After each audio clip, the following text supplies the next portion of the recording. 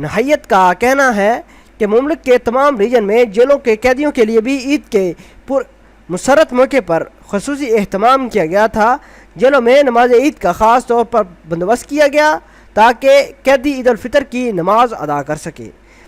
نماز کے بعد جیلوں کی انتظامیہ کی جانب سے قیدیوں کے درمیان خصوصی تحائف اور اشیاء نوش کا اہتمام کیا گیا تھا۔ قیدیوں میں تحائف تقسیم کیے گئے تھے۔ عید کے موقع پر قیدیوں کے اہل خانہ سے ملاقات میں بھی خصوصی اہتمام کیا گیا تھا۔ مرد ملاقاتوں کے لیے صبح اور خواتین کے لیے شام کا وقت مقرر ہے۔ اس موقع پر قیدیوں کا کہنا تھا کہ جیل انتظامیہ کی جانب سے عید کے موقع پر بہترین انتظامات کیے گئے ہیں۔ ان میں تحائف اور پرتکلف دعوت کا اہتمام شامل ہے۔ ابا ریجن میں جیل کی انتظامیہ کی جانب سے غیر معمولی انتظامات کیے گئے تھے جن میں قیدیوں کے لیے شاندار دعوت شامل تھی۔ اس موقع پر انتظامیہ کی جانب سے مندی کے علاوہ انواع اقسام کی اشیاء خورد و نوش فراہم کی گئی تھی۔ ویوز اب بات کر لیتے ہیں کہ آتش بازی کے نقصانات پر آگاہی ویڈیو۔ شاہ خالد ہسپتال کی انتظامیہ نے آتش بازی کے نقصانات کے حوالے سے آگاہی ویڈیو جاری کی ہے جس میں پٹاخوں سے ہونے والے نقصانات کی نشاندہی کی گئی۔ ہسپتال کے عہدیدار کا کہنا تھا کہ عید الفطر کے موقع پر اکثر لوگ اپنے بچوں کو آتش بازی کا سامان خرید کر دیتے ہیں جن سے بچوں کو بے حد نقصان پہنچتا ہے۔ بچے پٹاخے چلاتے وقت احتیاط نہیں برتے جس کے باعث بعض بچے شدید زخمی ہو جاتے ہیں۔ مختصر دورانیے کی ویڈیو میں دکھایا گیا ہے کہ آتش بازی کے دوران ایک بچے کی آنکھ کس طرح ضائع ہو گئی ہے۔ چوری کی واردات کرنے والا مقامی گرفتار ہو گیا ہے۔ مشرقی ریجن میں پولیس نے گھروں میں چوری کرنے والے مقامی کو گرفتار کر لیا ہے۔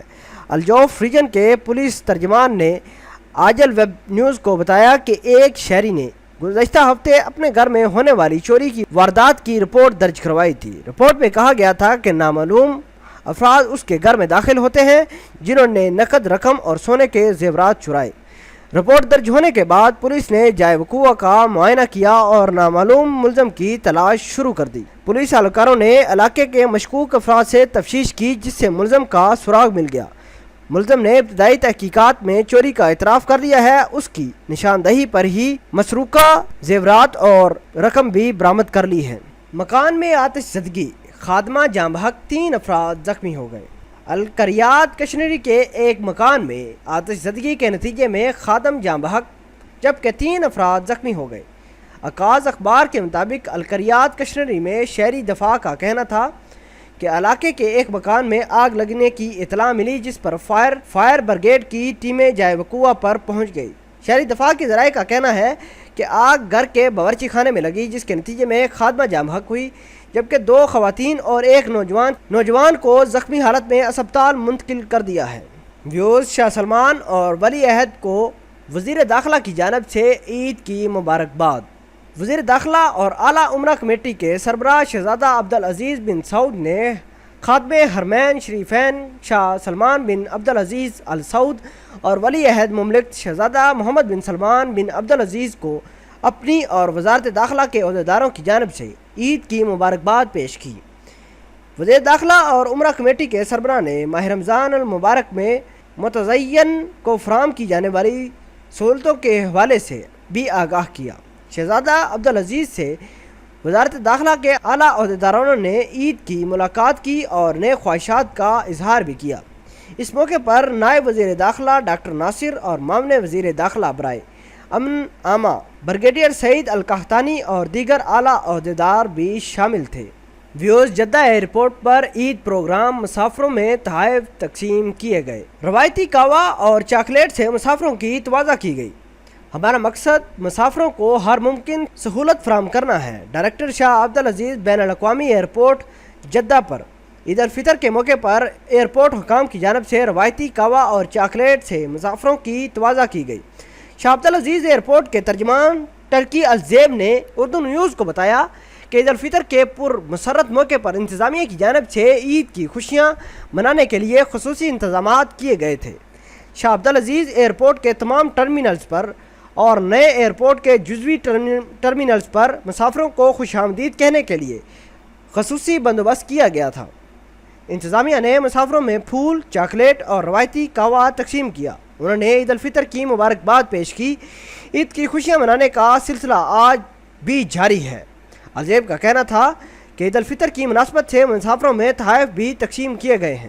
معروف فکا ایکویریم کے 200 کوپن مسافروں میں تقسیم کیے گئے، جبکہ 300 کلو گرام چاکلیٹ کے علاوہ کریم ٹیکسی سروس کی جانب سے 100 مسافروں پہ 50% رعایتی کوپن بھی تقسیم کیے گئے۔ اس ضمن میں ایئرپورٹ کے ڈائریکٹر آسام کا کہنا تھا کہ عید الفطر کے حوالے سے انتظامیہ نے تیاریاں کر رکھی۔ پروگرام کے مطابق مسافروں میں تحائف کی تقسیم اور انہیں خوش آمدید کہنے کے لیے عملے کے بعض ارکان کو روایتی لباس فراہم کیا گیا تھا۔